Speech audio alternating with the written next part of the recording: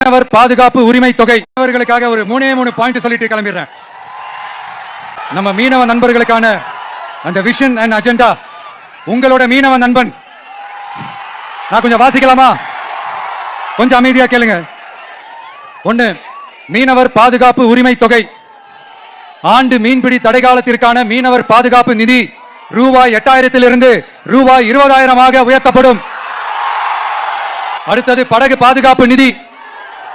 படகுகளை விடுவிப்பது குறித்து தூதரக வழிகளில் பேச்சுவார்த்தை நடத்தும் வரை வங்கி கடன்களை திருப்பி செலுத்தவும் மீனவர்களின் குழுவுக்கு ஆதரவு அளிக்கவும் படகு உரிமையாளருக்கு ரூபாய் 5 லட்சம் உடனடி இடைக்கால நிவாரணம் வழங்கப்படும். அடுத்தது கடல் தாய் வீட்டு வசதி திட்டம். கடலோர பகுதிகளில் உள்ள அனைத்து குடிசைகளையும் சிதிலமடைந்த குடியிருப்புகளையும் அகற்றி புயல்களை தாங்கக்கூடிய காலநில மாற்றத்தை தாங்கும் வீடுகளை கட்டுவதற்கான ஒரு தனி வீட்டு வசதி திட்டம் உருவாக்கப்படும். கடைசியா மீனவர் எரிபொருள் பாதுகாப்பு திட்டம். இயந்திர படகுகளுக்கான மாதாந்திர மானிய டீசல் ஒதுக்கீட்டை 1800 லிட்டரில் இருந்து 3500 லிட்டராக உயர்த்தப்படும்.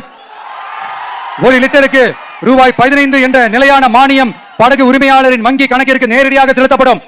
இதெல்லாம் ஒரு சின்ன சாம்பிள் தான். இது ஏதோ தேர்தலுக்காக திமுக தர்ற மாதிரி வாயில வட சுடுறது கிடையாது.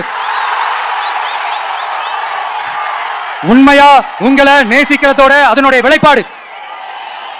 இப்படித்தான் நான் உங்களை உண்மையா நேசிக்கிறோம். எல்லாரும் நான் அங்க சொன்ன மாதிரி விசில் சின்னத்துக்கு தயவு செஞ்சு ஓட்டு போடுங்க. இது ஒரு விசில் புரட்சி தேர்தலா இருக்கணும். கான்பிடண்டா இருங்க, நல்லதே நடக்கும்.